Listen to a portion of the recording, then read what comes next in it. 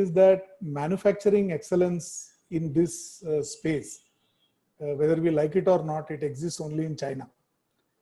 So what has happened is because of this,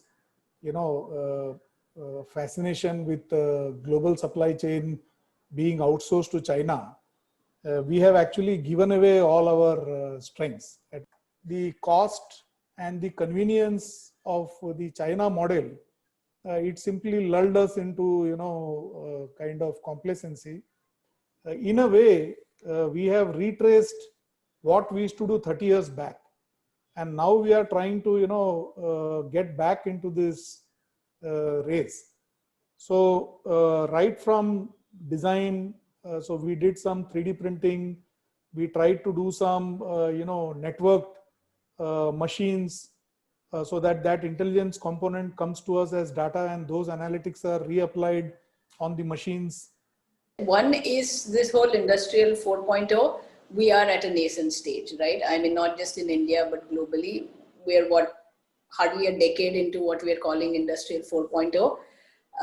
And just to set the context for everyone, my understanding of 4.0 is obviously beyond automation. So it's really an integration of robotics or automation. So just the pure machinery part, it's an integration of that with network and connectivity and telecommunications and, just IoT example. So the last piece of 4.0 for me is really the connect with humans or people, augmented Superman, right? Superman with power, which is cyber-neurotics in a way. Correct, right? So these are basically the three elements.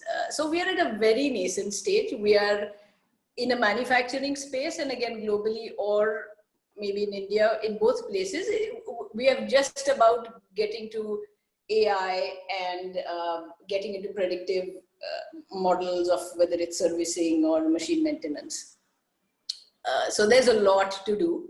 When we look at this Industry 4 scenario, in our case, I don't know, we have a lot of sociological restrictions really. So as an organization, we are very kicked about having a completely automated cement plant. We don't want anybody in the packing line, etc. But then what will those 1,000 people do? And then the kind of pressure you will have from everybody around to keep those people employed. So that actually keeps a constant push and pull towards, this steps that one wants to take towards automation and progression, honestly. You tend to evaluate a candidate on the basis of certain specific, say, thoughts. You look at structured thinking of an individual. You look at what are his references, what are his experiences. So somewhere there is an element of, say, something which is beyond predefined permutation combinations, right? Because finally, any automation or any evaluation assessment that you will be built on the basis of a logical sequence, right? So the question is, to what extent can you replicate the logic of an evaluator or an assessor, which is again a human assessing and human. We are coming out with smart products where they do give us, intelligent outputs or required data and inputs to calibrate, recalculate energy levels requirement and all those things. So probably it's a larger topic that we will need more time. But I just wanted to cover this part that while we say that Industry 4.0 is still nascent, I'm sure if you go and dig out history in our organizations, we have played some part or the other in contributing towards this. Now the question is, what is that we are contributing in, or what is that we are bringing on the table?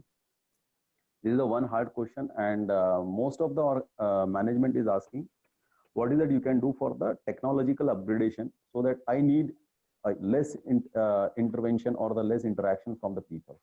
So that is the one skill set as a HR fraternity we need to adopt. We need to unlearn a lot of things. We need to learn a lot of new things in terms of technology adaptation. That too very fast, because if we don't adopt very fast and all that, soon we'll also be thrown out of the business even as a HR.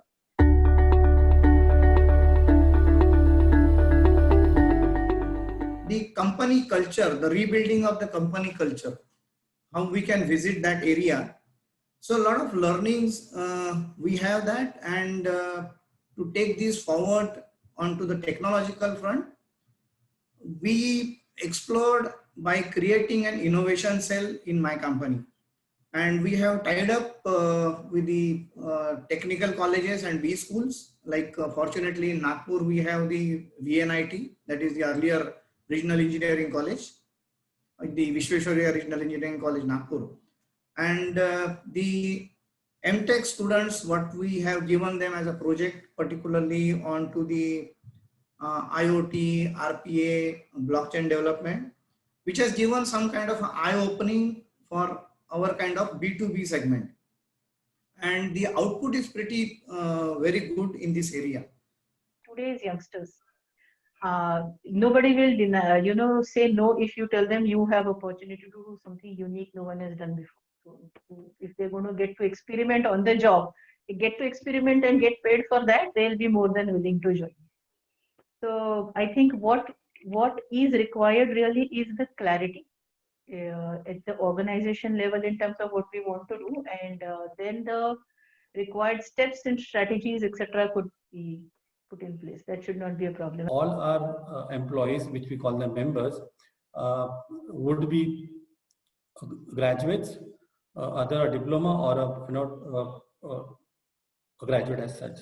Because of this level of education, or at least the formal education, somewhere the mindset has helped us to recalibrate these members, reskill those members to the required competency or the skills level as the organization.